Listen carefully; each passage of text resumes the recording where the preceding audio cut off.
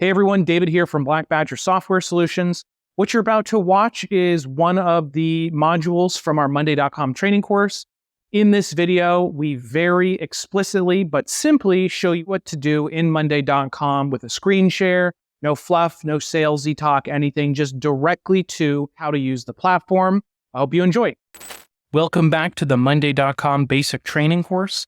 In this video, we're going to cover the subject of forms.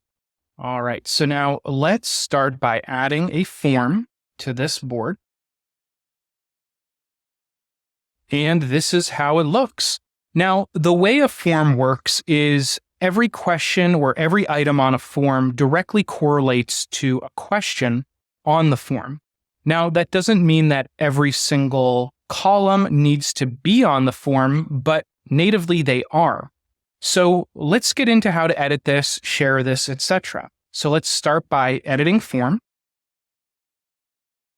Now, the first thing we can do here is we can upload a logo, company logo, any type of logo you'd like to add to this. I'm not going to do that at this point, but you can. Then going down, you have every single column appearing as its own question on the form. Now, what you can do immediately is you can click any one of these. You can move it around. You can change the sequence of the questions. And that has no bearing of how the actual columns appear on the board, which is great. So you don't need to have the name column first, the status, the date. They can be in whatever sequence you want without altering the sequence of the columns on your board. Now, in every single column, once you click it, you can change the name of the question, which does immediately correspond with the name of the column, but you can change it to whatever you want. So I don't want this to say name. I want it to say, please enter your name. And here you can add a description, your first and last name. You can make this a required field, or you can even hide it or delete it.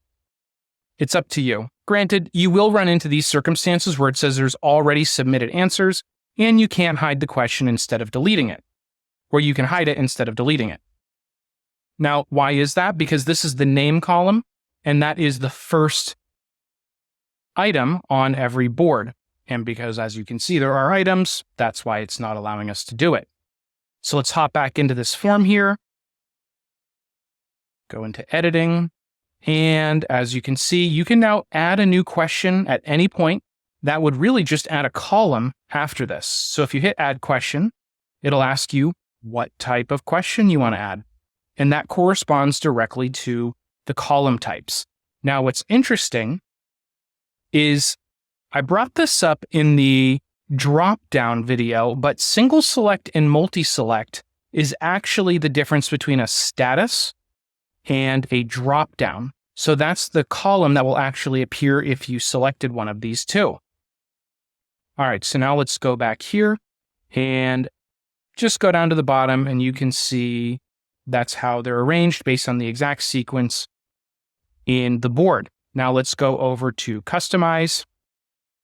In here you have options about how you view it, if there is a submit button and what it says, what happens after a submission, and builder settings. Now, these are all actually quite self-explanatory and no need to really get into them. So now let's go to publish. So this is if you want to share it directly as a link, including shortening the URL. You can share it directly on social.